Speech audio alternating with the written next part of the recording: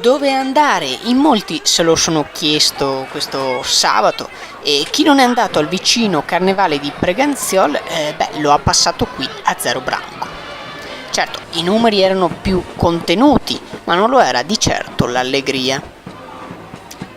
Carri partiti da via Primo Maggio che hanno fatto il giro del centro per poi arrivare in piazza Umberto I, dove li aspettava una ricca kermesse con trucca bambini, gonfiabili, animazione, musica e la premiazione delle mascherine.